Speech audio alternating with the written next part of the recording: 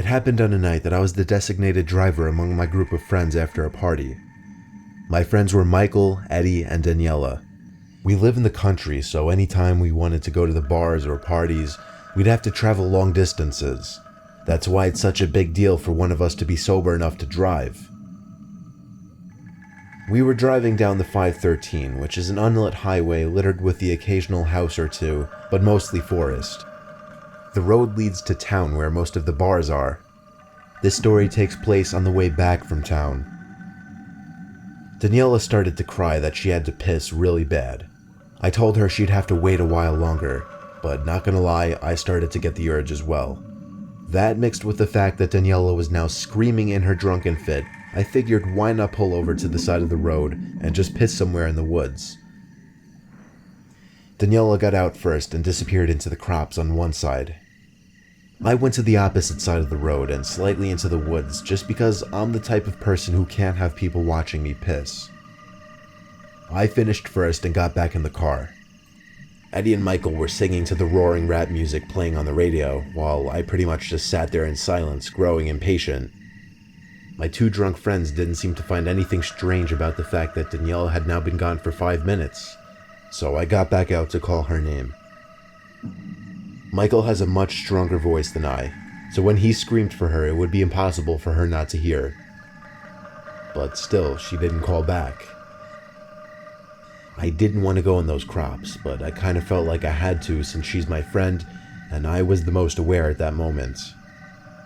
I forced Michael to come with since I was afraid to go in alone. Eddie stayed in the car, he was just too far gone at this point. With the flashlight from my glove box, Michael and I pushed our way through the thick, overgrown crops, walking in the only direction we could think to go, straight away from the car. Michael was calling Danielle's name while laughing his ass off. I could understand why he was finding it funny in his condition, but I just wanted to make sure she was alright and get home.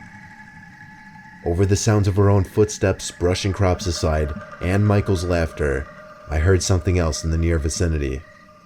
I put my arm out to Michael's chest to halt him. Now all that could be heard was the night breeze blowing through the crops. "What is it?" Michael whispered, to which I responded, "Shh." "That." Michael called out Daniela's name again. I joined in, figuring it was just her trying to sneak up on us and scare us, and again the footsteps stopped. So we walked a little deeper into the crops. That's when we came to a narrow clearing stretch.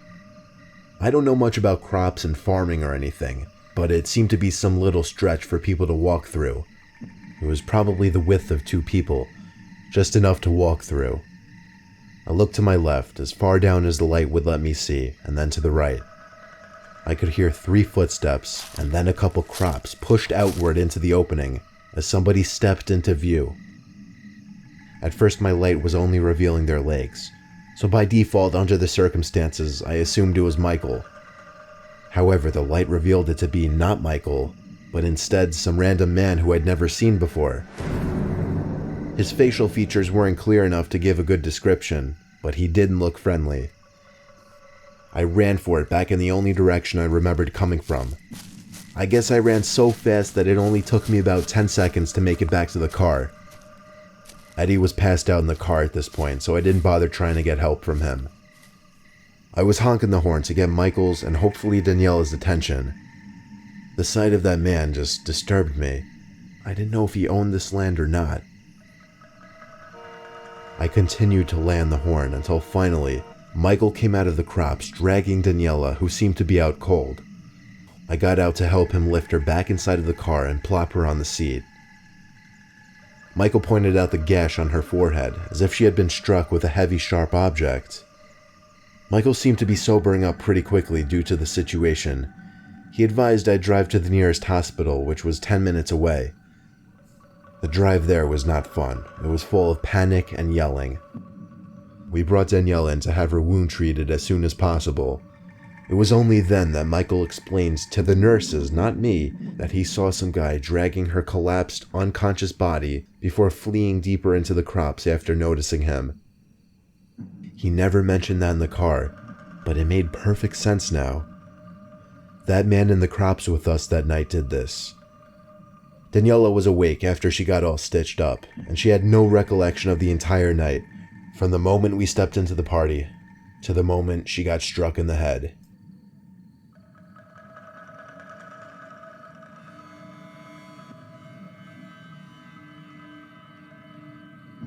12:17, according to the green clock shining bright from my car's dashboard. I still remember that number as I was driving home from the night shift at the pharmacy I worked at. Taking the highway at this hour is a little dangerous since there's no lights, usually no other cars at that hour, and commonly deer would walk out onto the road, and you wouldn't notice them until it'd be too late if they were in your direct path. That's why I always drive slow on it, 50 max. As the road curved to the left, a clear row of reflective lights appeared in the horizon, which I quickly realized was the reflective tape of a row of traffic cones, as well as a flashing blue light in the distance. In front of them seemed to be the reflective material on a safety vest. I was so confused trying to figure out what the hell this was about that it didn't even hit me that I should be slamming on the brakes until it was almost too late. The car came to a halting stop as the horrid screeching of my tires stopped, and the man wearing the reflective vest started walking over to my car, arms out waving. I guess he was telling me not to move the car. As the man got closer, I could see what appeared to be a police uniform under the vest. He knocked on my window with the joint of his pointer finger, so I took that as lower your window. I rolled down the window, better revealing the man's face. To give a good description, he was black, about 6 foot, skinny, slight stubble, and a left earring. He was kind of young, I'd have to guess around 25. He spoke in a very low, non-commanding voice, especially for an officer. He said, "License and registration, please." I paused for a second and asked if I did something wrong, because I definitely wasn't speeding. He paused as well and looked slightly to the left and then back at me. "Sir, this is a sobriety checkpoint," he said in once again a very non-commanding voice. I asked why he would need my ID and registration then if I had not yet been suspected of anything. He leaned back from my car and asked me to step out of the vehicle to begin the test. I opened my door and stepped out. Immediately I noticed the cop towered over me in height. He took a roll of tape out from his vest pocket and laid it down onto the ground, stretching it to a length of about 15 feet. He told me to step on the end of the roll of tape and place my arms out to my sides as I walk across the tape in a straight line. I easily did it with no issues, with the cop directly behind me the whole time, uncomfortably close. When I got to the end of the roll of tape, I could more easily see that blue flashing light. It wasn't sitting on top of a police car, it was sitting on some older, small sedan. I looked back at him and asked to see his badge, and he just looked at me with the blankest stare. It started to sink in, and I literally mean that, because I felt like my heart was sinking. This guy wasn't a cop. He said something next that I couldn't quite distinguish at first, but as he got to his car, I assumed he said, "I'll go get it 1 second." He was bent over into his car grabbing something. While he was distracted, I ran back to the car. He looked at me as I started the car and raised a gun up to me. It goes without saying I put the pedal to the floor as the car jumped into an acceleration through the traffic cones. I saw the headlights of the guy's car go on as I was a few hundred feet away, but at that point I was already going over 60, and there was no way he'd be catching me. I got off at the next exit, and as soon as there were street lights around, I turned off my car lights to draw less attention as I finished the drive to my house. I only wish I had a dash cam at the time so I could have gotten it on video. I swear it would have wound up on the news.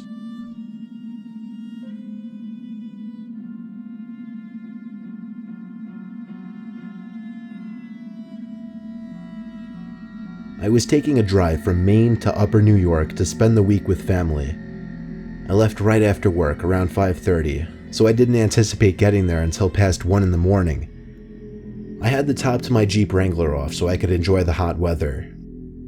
I was somewhere in Vermont well past midnight when the gas light flicked on and the car started beeping. Unfortunately, the gas gauge in the car was broken, so there was no way to gauge how much gas was left. I was told by my brother, who drove the car the previous day, that he filled it up to the top. but clearly he was either mistaken or lying, because I had not used anywhere near a full tank's worth of gas.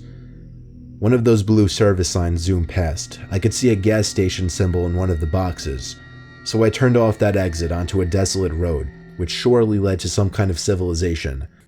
I wouldn't be finding out anytime soon, however, because the car started jittering and bumping around a bit, making weird noises that didn't sound good at all. A few seconds later, the acceleration stopped, and the car came to a helpless halt. I couldn't believe it, but I actually ran out of gas. I hopped out of the car and got on the phone with AAA, telling them my exact location. They said they could have a guy out to me in at least 20 minutes. I was grateful, but at the same time annoyed that I'd be waiting now for at least 20 minutes. For about 15 minutes, I kind of just strolled around my car slowly, looking down at my phone, texting friends about the situation, and checking social medias. It was so quiet. No sounds of distant traffic, no passing cars, just the sound of crickets and other night creatures in the woods. Then, I heard something walking around in the woods. The footsteps were decently heavy, so I had a hunch it was a deer or something. But the possibility of it being a bear wasn't far-fetched, given that this was bear country. I walked around to the passenger side of the car now, where the woods were, and where the sounds were coming from, just in hopes of seeing a deer or some other harmless animal. Then there were two clapping sounds. Like, it actually sounded like a person clapping their hands. I moved a little closer to listen for it again. This time it was 3 claps. I called out to the woods, hoping in some weird way that someone would answer. But after I did, the clapping didn't happen anymore. I just stood there waiting for something to happen, but it was just silence. So I got back in the car and just waited. I heard footsteps once again coming from the woods, coming in my direction. Then it just stopped. I looked outside and saw it. The head, peeking from behind a tree, just ahead. It almost looked lifeless. The eyes, they just looked so lifeless I couldn't even tell if they were looking at me or not. I was so focused on these details, I didn't even think to scream at the horror of what I was witnessing. I cranked the windows up on both sides and turned off the headlights. However, hiding in the car didn't make me feel much safer since the entire top was off. Without the headlights on, there was complete darkness. I couldn't see 2 inches in front of me, yet I was surrounded by the night noises of the forest. I was ducking down below the dashboard, doors locked yet still completely exposed to the outside, praying not to hear any sudden sounds like footsteps. I felt a sinking feeling in my stomach, however, as I heard someone grab the car door handle. I tried my best not to move or make any noise. I was waiting for someone to start pounding at the glass, or at the very least reach around the opening behind the front door to just unlock it. I was so exposed it wasn't even funny. And then, I felt a hand aggressively grab onto my back. I simply lost it and screamed at the top of my lungs. But suddenly the hand released its grip on my shirt as light began to fill the area, and the sound of a truck engine pulling up the road was music to my ears. I sat up and turned around to see the headlights of a AAA truck, but whoever was grabbing me was long gone already. I ran outside to greet the man who stepped out. He was a big dude in his 40s. I basically cried to him about what just happened, taking huge breaths in between each sentence. Something about his personality and presence was just calming and reassuring, however. He filled my car up with gas and we both went on our ways. Even though something about that man's aura just calmed me down, the memory of what happened that night is still haunting, and the image of that lifeless head peering around that tree is imprinted in my brain.